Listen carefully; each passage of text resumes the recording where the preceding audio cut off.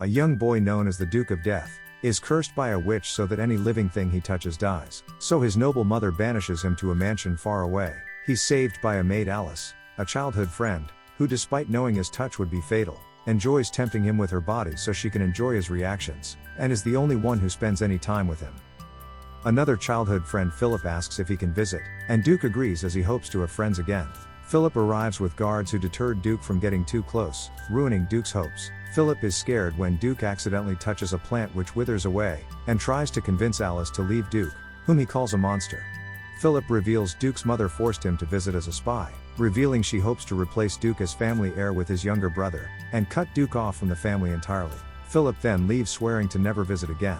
Duke is heartbroken but swears to one day break his curse and repay all of Alice's kindness by confessing his love and asking her to marry him. Rob, Duke's elderly butler, returns to work, but Duke worries as Rob has bad eyesight and is constantly in danger of bumping into Duke. Duke begins focusing on his piano, hoping to one day make a living writing songs. He plays Alice, a song he wrote for her, and Alice almost kisses him after he falls asleep. Duke is abruptly visited by his sister Viola, who has an annoying girl personality. Viola instantly sees Duke as smitten with Alice and teases him. She surprisingly tells Duke to break his curse quickly so he can come home. She then bumps into Rob, accidentally revealing she has a crush on him. A cat wanders into the mansion, putting Duke on edge as he can't predict if the cat will try to touch him. Rob finds a confusing note in its collar asking for forgiveness, leading Duke to believe the cat was abandoned. Releasing it outside, Duke sees it actually has a wife and several kittens.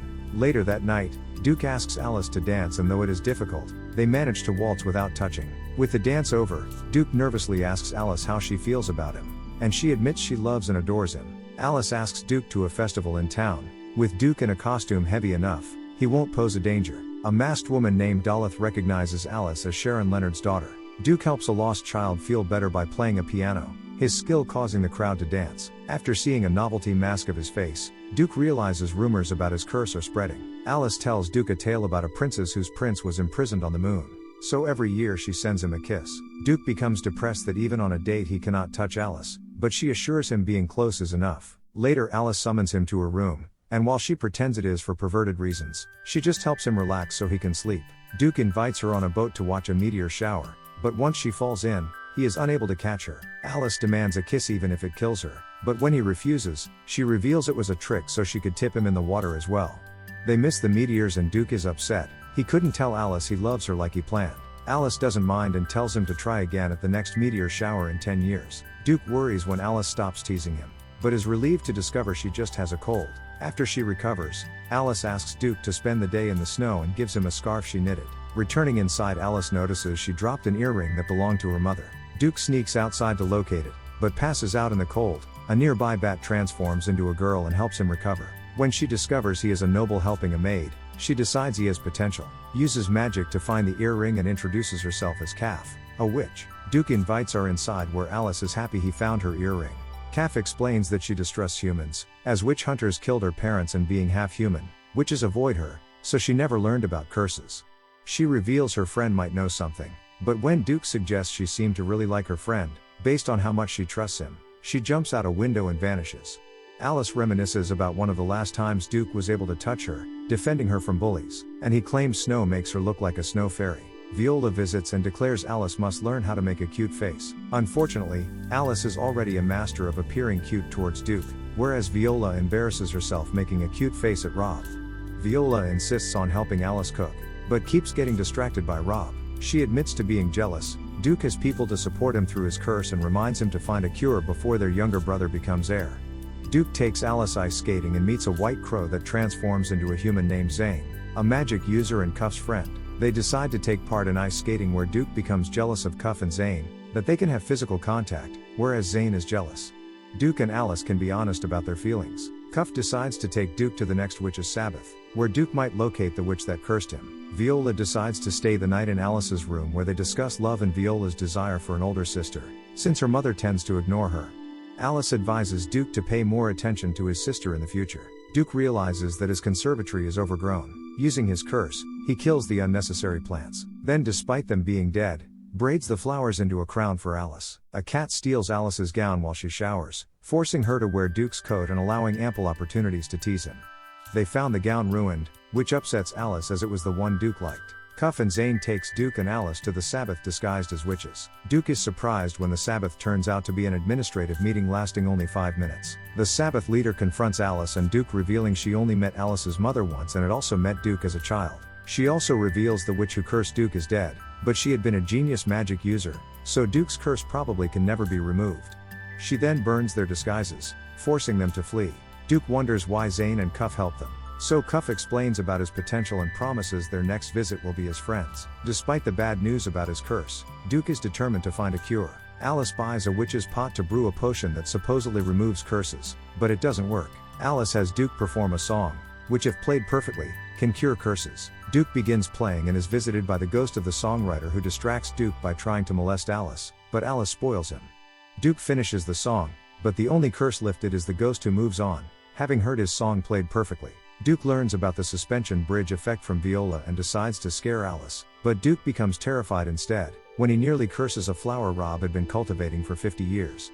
Rob is actually grateful as jewelry belonging to Duke's grandmother stolen by a maid decades ago was hidden in the flower pot and can now be returned.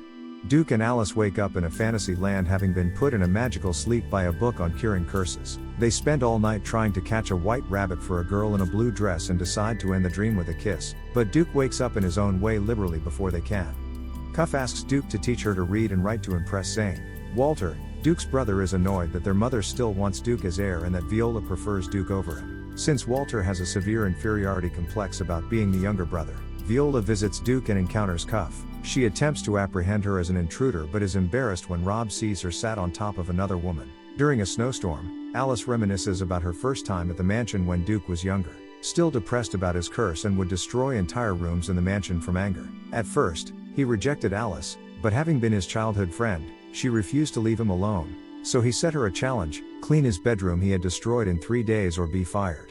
Alice cleaned the room in a single night, so Duke ran away. After almost dying in the cold, Alice found him and scolded him for trying to kill himself, knowing there would be people who would miss him, especially when she was alone and sick as a child. He was the one who helped her feel better. Duke agreed to return to the mansion with her and realized he had begun to fall in love with her. Viola decides to give Rob a handkerchief at Duke's Christmas party. Walter illicitly follows Viola to Duke's mansion disguised as her driver. Zane reveals he may have feelings for Cuff and attempts to compliment her, but Cuff falls asleep and is uncertain if she heard him.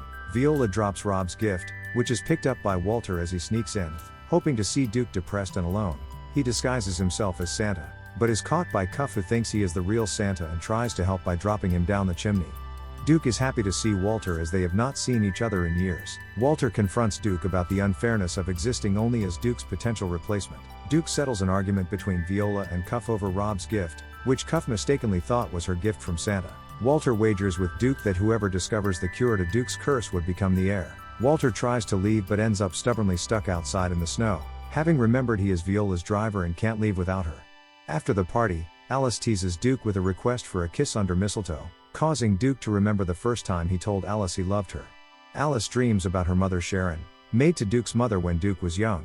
Viola notices her mother is angry they missed Christmas dinner. Zane sends Cuff shopping alone after Viola criticized him for his habit of dotting on her. Cuff manages the shopping, but almost injures a young pickpocket, forcing Zane to revert to his habit of saving her. Duke has trouble sleeping, so Alice decides to get in bed with him, except her sleeping nude makes his sleeplessness worse. She asks about his mother and Duke claims he would leave the family if she separated him from Alice. Duke may be forced to choose between her or his family one day. Rob remembers being ordered to raise Duke away from the family, becoming a surrogate father, but blamed himself for Duke's isolation and depression until he brought in Alice.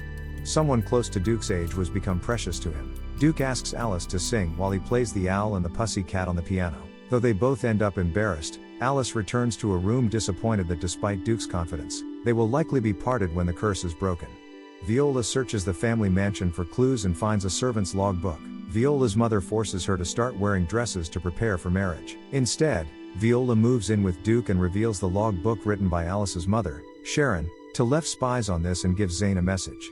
Alice discovers from the logbook, 2 witches visited the mansion around when Duke was cursed, Daleth, and another. Zane passes on the message that Duke should stay away from all witches, but Zane has no intention of obeying.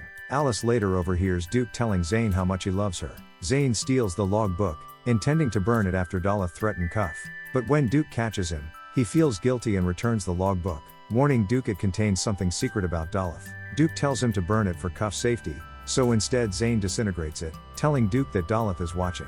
But once she stops, he can use his secret magic to restore the log book from the single remaining piece. Daleth is satisfied the log book is gone and ceases spying, but privately reveals she has Sharon's body in a coffin, though it is not revealed if she is dead or asleep.